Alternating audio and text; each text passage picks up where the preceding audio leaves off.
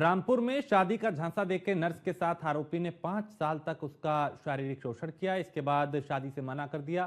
Police अधीक्षक को पत्र देते हुए युवती ने कहा कि वो एक प्राइवेट अस्पताल में नर्स है और इस दौरान पहले से रिश्तेदारी के चलते उसकी पहचान एक युवक से हुई। उसने जान पहचान का फायदा उठाया, उसे शादी का झांसा दिया और 5 साल तक उसका शोषण करता रहा और अब शादी से इनकार कर दिया।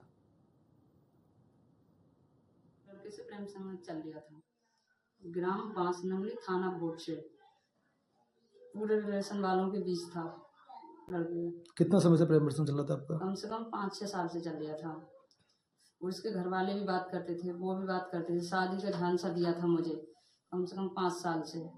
बोले हम शादी करेंगे और शादी का झांसा देते देते उन्होंने इतना टाइम आ गया। मैं प्राइवेट हॉस्पिटल में जॉब करती थी, नर्स का काम। मेरे 7-8 हज़ार रुपये महीने के मंथ के आते थे, वो भी सारा वो लेते गए वो लोग मुझसे। जैसा कि आपके द्वारा बताया जा रहा है, इस संबंध में कल मेरे पास कार्यालय में एक आवेदन पत्र आया था और पीड़िता उपस्थित हुई थी। प्रभारी निरीक्षक पटवाई को उचित धाराओं में अभियोग पंजीकृत कर निष्पक्ष रूप से विवेचना की जाने हेतु निर्देशित किया गया है। एक लड़के से प्रेम संबंध चल रहा था। और फहीम हमारे संवाददाता इस पे और ज्यादा जानकारी के साथ। फहीम, 5 साल तक युवती का शोषण हुआ, अब युवती कार्रवाई की मांग कर रही। ये दिल को हिला देने वाली घटना है। ये बेचारी, इसकी असमत जब लुट चुकी थी तो इसने सोचा कि चलिए इसी से शादी हो जाए और इसी से काम तमाम हो। और जो ये पैसे कमाती रही वो शख्स लेता रहा।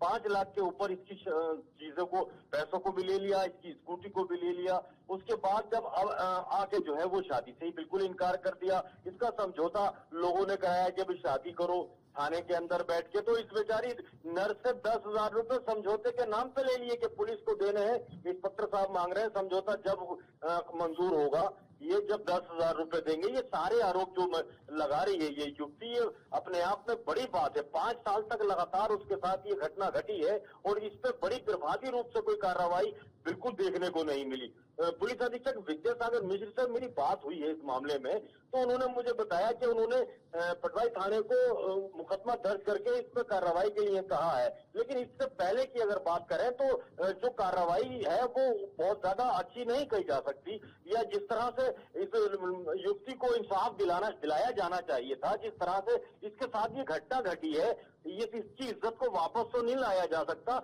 समझौते के नाम पे या किसी भी चीज को।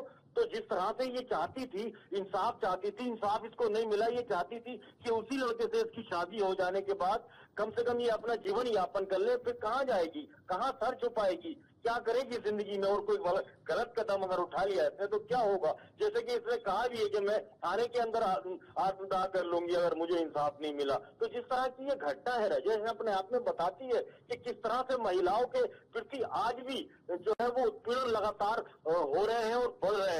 जिस तरह से ये घटना सामने आई है, इसने सोचने पे मजबूर कर दिया है और सुरक्षा पे भी सवाल खड़े कर दिए हैं कि क्या महिला सुरक्षा की बात हम ऐसे ही हवा में करते हैं? महिलाओं को हम सुरक्षा नहीं दे पा रहे, उसके बावजूद हम बड़ी बड़ी बातें करते हैं कि महिला सुरक्षित है। कहाँ है?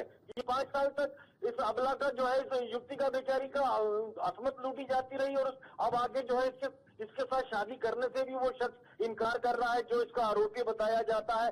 बहरहाल मामला आरोप में है, अभी पुलिस जांच कर रही है। सच क्या है ये तो पुलिस ही जानेगी, लेकिन जिस तरह से ये घटना सामने आई है इसमें महिला अत्याचार का एक मामला और जुड़ता नजर आ रहा है। जी बहुत शुक्रिया फहीम इस तमाम जानकारी के लिए। तो फिलहाल आला अधिकारियों ने इस पर संज्ञान लिया है और कार्रवाई की बात की जा रही है।